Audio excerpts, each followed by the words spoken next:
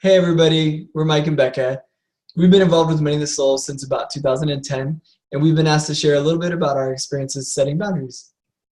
When I first began setting boundaries, I felt as if I was walking with a new pair of legs. I was really unsteady, it felt really scary, and I was really worried about what people were going to think. I was a people pleaser, and so oftentimes I would just do anything I could to avoid conflict. So I was great at responding to everybody else's boundaries, but really bad at setting my own.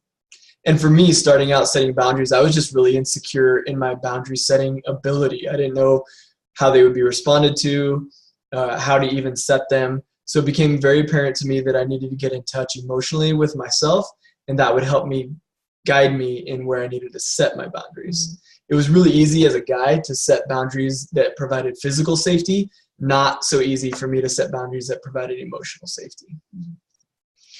One of my earliest experiences, I remember apologizing. Actually, after I set a boundary, I apologized for my boundary. And that was just my own insecurity. And I think a lot of us can relate to that, of just really feeling unsure about what that's going to look like. Eventually, I began to validate my own emotion and recognize that my emotion is just as important as anybody else's. And that gave me the strength to move forward and start doing it more often.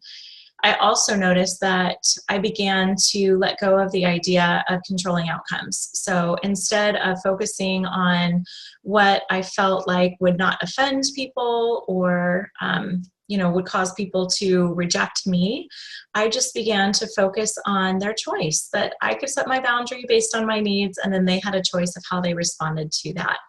And what that did is it created a fence around the relationship that gave me more capacity to love other people well and taught them how to love me well. And that built my self-esteem and my self-confidence and gave me the courage to continue setting boundaries bit by bit. So if you're new to setting boundaries, or you want to start setting a boundary, or you need to set a new boundary, we just really encourage you, set that boundary. Find one boundary in a relationship that needs to be set it, hold on to it tightly, and force it. And each time you do that, it'll give you the confidence and the strength and the courage even that you need to set the next boundary that you're going to need.